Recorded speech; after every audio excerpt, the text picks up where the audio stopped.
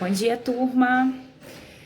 Hoje nós teremos estudos orientados e, como em toda aula de estudos orientados, eu procuro ajudar, auxiliar nas outras matérias. E no nosso conteúdo, está falando aqui como o título diz, Nós e o Enem, fala muito do Enem, certo? Fala muito de algumas questões do Enem, temas de redação.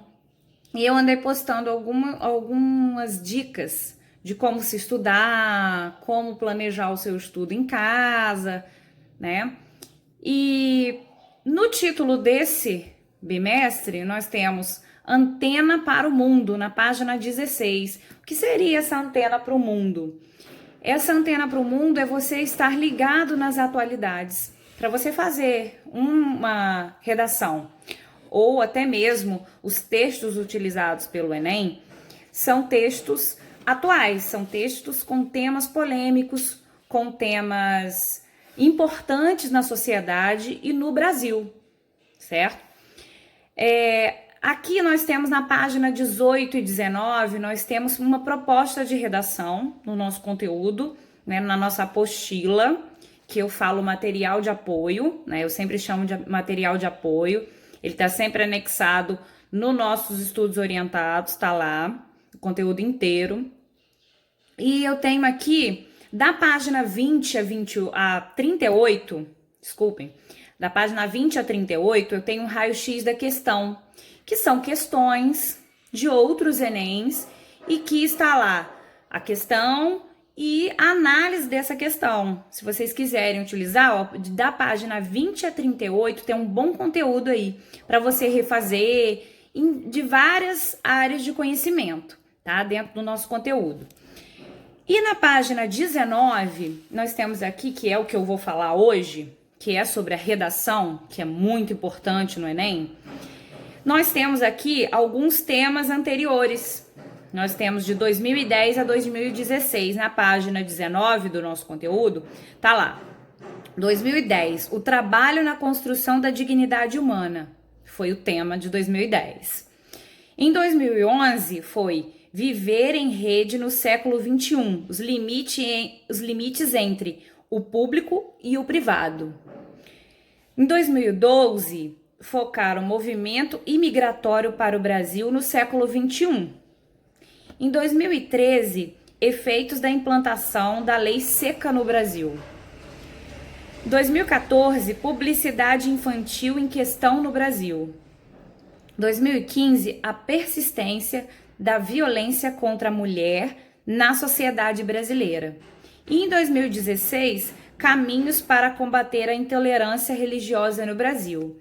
Isso está lá na página 19 do nosso conteúdo.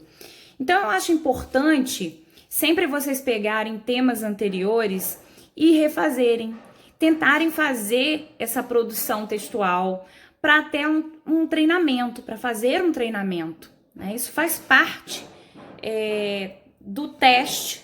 Você se treina, você treina a sua mente em fazer naquele período e com esse tema, né? Cada tema desses são importantes para abrir leque de informações. Você vai pesquisar sobre esse conteúdo, né? Eu vou explicar em seguida como que é esse texto que eles pedem no Enem, né? Que é o texto dissertativo argumentativo. Não é só um texto dissertativo que você fala em terceira pessoa, é aquele que você argumenta. Como eu expliquei em projeto, isso também inclui aqui a minha explicação de argumento. Você precisa ter argumentos que convençam da sua opinião sobre aquele tema, certo? Então, dentro do texto dissertativo, entrando agora nos tópicos principais, você discute assuntos socialmente relevantes, que são esses temas que vocês acabaram de ouvir aqui, de 2010 a 2016. São temas polêmicos, assuntos socialmente discutidos e relevantes na sociedade brasileira, certo? Vocês podem ver que nós estamos passando por um movimento muito revolucionário, não só no Brasil, mas no mundo, sobre a questão racial.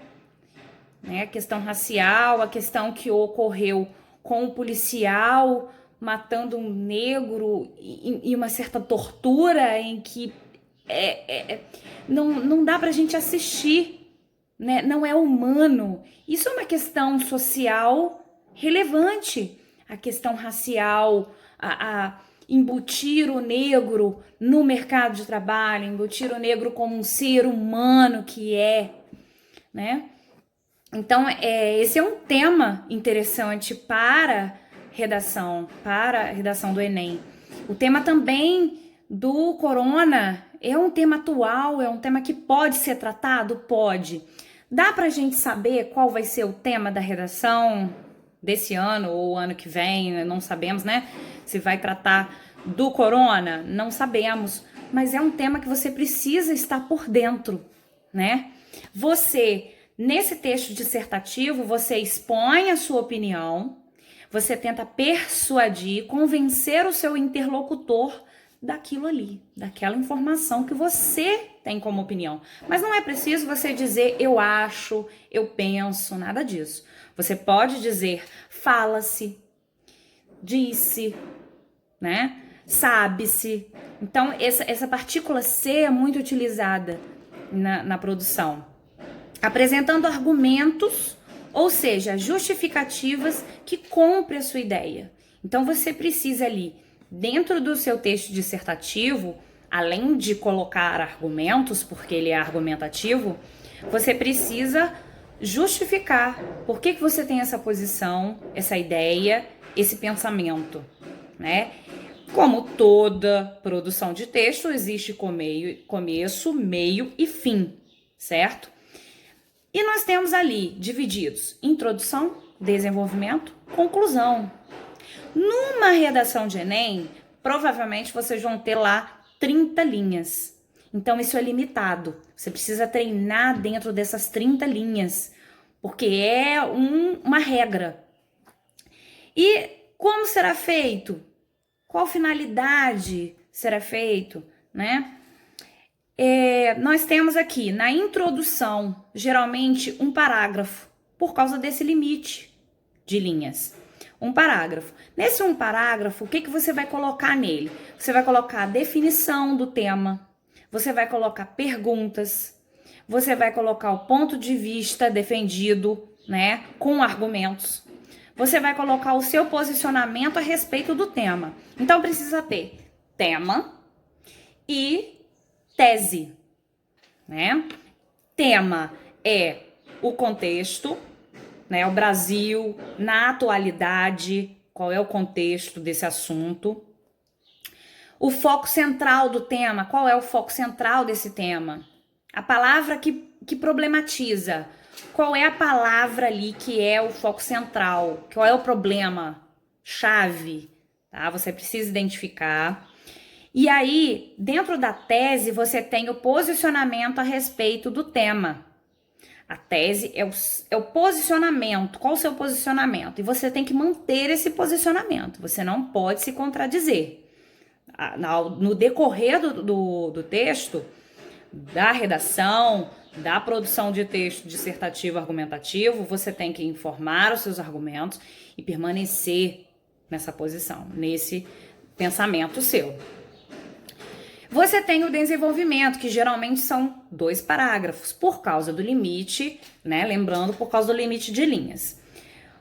Vão ter os argumentos para você defender a tese, que são dados de especialistas, dados de comparação com outros países, né?